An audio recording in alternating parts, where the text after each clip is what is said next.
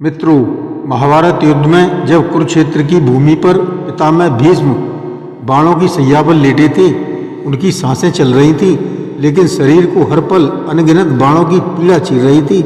लेकिन इस असहनीय पीड़ा के दर्द के बीच एक ऐसी अलौकिक घटना घटी जिसने पूरे इतिहास को हमेशा के लिए बदल दिया। स्वर्ग से माँ गंगा अपने पुत्र से मिलने आईं और उन्होंने भीष्म से एक ऐसा प्रश्न पूछा जिसका उत्तर सुनते ही भीष्म पितामह अपने शरीर की सारी पीड़ा, सारा कष्ट पूरी तरह से भूल गए। आखिर वो कौन सा प्रश्न था और इस प्रश्न में ऐसा क्या रहस्य छुपा था कि उसने भीष्म को उनके असली दर्द से राहत दे दी। आज हम भीष्म के इस वास्तविक कारण को जानेंगे जिससे वो खुद अनभिज्ञ थे। यह कहानी सिर्फ ज्ञान नहीं, जीवन का सबसे बड़ा चमत्कार है। इस प्रसंग को अंत तक जरूर देखें तथा सब्सक्राइब कमेंट करके बेल आइकन दबाना न भूलें और इसकी ज्ञानवर्धक प्रसंग को आगे बढ़ाने के लिए शेयर अवश्य करें। धन्यवाद। नमस्कार, मैं रणवीर सिंह लोटस एंटरटेनमेंट में आपका हार्दिक स्वागत करता हूं। मित्रों, महाराज शांतनु के पुत्र देवव्रत, जो आगे चलकर भीष्म के नाम से प्रसिद्ध हुए, आज बाणों की सैया पर पड़े थे। कोई साधारण मनुष्य नहीं थे। उन्होंने अपने पिता शांतनु की खुशी के लिए एक ऐसी भयंकर प्रतिज्ञा ली थी कि वे आजीवन अविवाहित रहेंगे। इस त्याग से उन्हें यह वरदान मिला कि वह इच्छा मृत्यु प्राप्त करेंगे, यानी जब तक वह स्वयं न चाहें उनकी मृत्यु नहीं होगी। अब सवाल यह उठा कि जिस महापुरुष ने इतना बड़ा त्याग किया, जो ज्ञान और धर्म का इतना बड़ा भंडार था जिसे मृत्यु भी नहीं छू सकती थी, वह कुरुक्षेत्र युद्ध में इतना असहनीय कष्ट क्यों भोग रहा था। वह चाहते तो तुरंत अपने प्राण त्याग सकते थे, लेकिन उन्होंने ऐसा नहीं किया। मानो वह किसी अज्ञात कर्म फल को भोगने के लिए रुक गए हों। बाणों की पीड़ा तो दिखाई दे रही थी, पर इसके पीछे एक कारण छिपा हुआ था, एक ऐसा रहस्य जिसका पता केवल उनकी माँ गंगा को था। जब सूर्य के उत्तरायण होने का इंतजार हो रहा था, उस दुख और पीड़ा के क्षणों में एक चमत्कार हुआ। कुरुक्षेत्र की वह खून से सनी भूमि पर भीष्म के पास अचानक एक अलौकिक आभा प्रकट हुई। साक्षात गंगा माँ अपने पुत्र की पीड़ा देखकर व्याकुल उनके सामने खड़ी थी। भीष्म ने जब अपनी माँ को देखा तो बाणों की पीड़ा एक क्षण के लिए जैसे थमसी गई। एक पुत्र के लिए माँ का स्पर्श, माँ का दर्शन दुनिया के हर दर्द से बड़ा होता है। गंगा माँ की आंखों में प्रेम था, लेकिन साथ ही एक गहरा प्रश्न था। उन्होंने भीष्म को निहारते हुए अत्यंत शांत और गंभीर स्वर में पूछा, पुत्र देवव्रत, मैंने तुम्हें इच्छा मृत्यु का वरदान दिलाया। तुम्हारे जीवन में कोई पाप नहीं है, केवल धर्म और त्याग है। फिर तुम आज यह सहनीय कष्ट क्यों भोग रहे हो?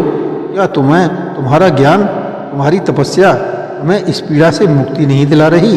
भीष्म ने उत्तर दिया, माँ, यह सब विधि का विधान है। मैंने धर्म के पथ पर ही कार्य किया है, और लगता है मेरे किसी अज्ञात कर्म का फल आज मुझे मिल रहा है।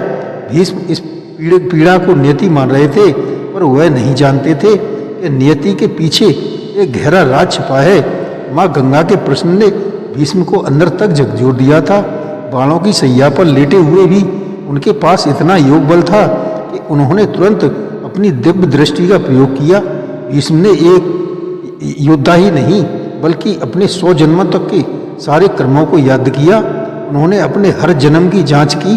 क्या कहीं उन्होंने कोई ऐसा पाप किया है जिसका फल उन्हें इस जन्म में बाणों की सैया के रूप में मिल रहा है? लेकिन हर बार भीष्म हैरान रह जाते।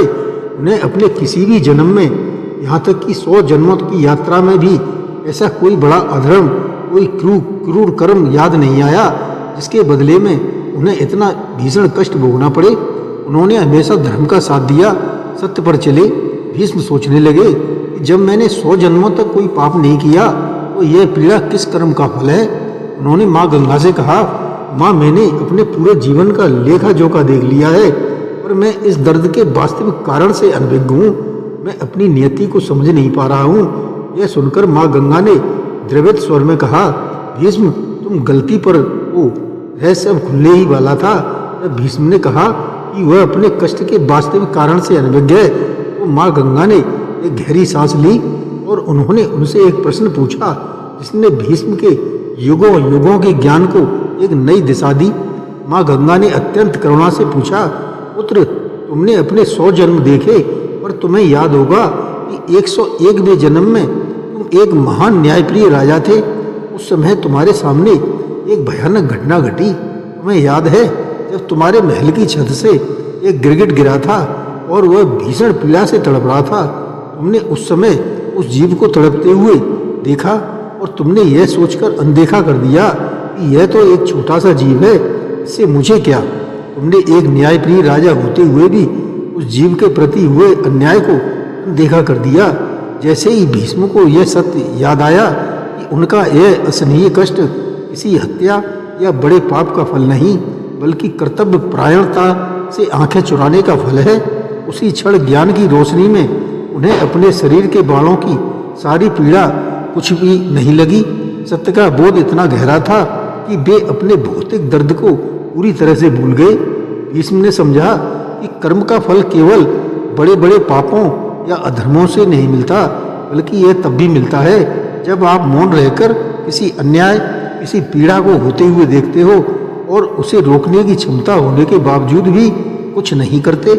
भीष्म के 100 जन्मों के कर्म इतने विशाल थे कि उस छोटे मौन से उस गिरगिट को अनदेखा करने के पाप को 100 जन्मों तक उदय होने का मौका नहीं मिला। उनके पुण्य ने इस पाप को दबोचे रखा था। लेकिन जब कुरु सभा में द्रौपदी का चीरहरण हो रहा था, उस समय भीष्म भी उस सभा में उपस्थित थे। वह सबसे शक्तिशाली भी थे, धर्म के सबसे बड़े ज्ञाता, और उनके पास अन्याय रोकने की पूरी शक्ति थी। लेकिन वह प्रतिज्ञा के बंधन और राजधर्म की गलत व्याख्या के कारण फिर से मौन हो गए। याद रखिए, जब आप दूसरी बार जब किसी अन्याय पर मौन होते हैं तो आपका सारा पुण्य क्षीण हो जाता है। यह वही चमत्कारिक क्षण था जब 101वें जन्म का छोटा सा अनदेखा पाप, द्रौपदी का चीरहरण, भीष्म के मौन रूपी बड़े पाप के कारण तुरंत फलित हो गया। जैसे ही भीष्म को कर्म के इस अटूट नियम का ज्ञान हुआ, उनके चेहरे पर एक अद्भुत शांति आ गई। बाणों की सैया का शारीरिक दर्द अब उनके लिए महत्वहीन हो गया था। उन्हें समझ में आ गया कि वास्तविक पीड़ा शरीर की नहीं, बल्कि अपनी आत्मा में लगे मौन के उस छोटे से धब्बे की थी, जिसे 101 जन्मों के बाद आज चुकाया गया। उन्होंने अपनी माता के चरणों में स्पर्श किया और कृतज्ञता से कहा, माँ, आज आपने मुझे उस ज्ञान से परिचित कराया जो मेरे योग और तपस्या से भी परे था। आपने न केवल मुझे इच्छा मृत्यु का वरदान दिलाया, बल्कि आज आपने मुझे अच्छा ज्ञान भी प्रदान किया है। अब मैं पूरी तरह से संतुष्ट हूँ। अब मुझे पता चल गया है कि ये फल मुझे क्यों मिला है। इस ज्ञान ने भीष्म को मुक्त कर दिया था। गंगा माँ ने अपने पुत्र को आशीर्वाद दिया और आश्वासन दिया कि जब सूर्य उत्तरायण होने पर वह बिना किसी कष्ट के अपने धाम को जा सकेंगे। यह चमत्कार था कि ज्ञान की एक छोटी सी बात ने मृत्यु शैया पर लेटे एक महापुरुष को उनके सबसे बड़े शारीरिक कष्ट से एक पल में ही मुक्त कर दिया। भीष्म अब अपने मोक्ष के लिए पूरी तरह से तैयार थे। उस पर शांति में वे डूबकर जो केवल आत्मज्ञान से मिलती है। भीष्म पितामह की यह कहानी हमें क्या सिखाती है? यह हमें बताती है कि कर्म केवल करने से नहीं, बल्कि देखकर भी मौन रह जाने से बनता है। यह ज्ञान हमें आज के जीवन में भी काम आता है। सोचिए, आपका पद, आपका ज्ञान आपको किस लिए मिला है? क्या सिर्फ अपने आराम के लिए? नहीं, अन्याय के खिलाफ आवाज उठाने के लिए।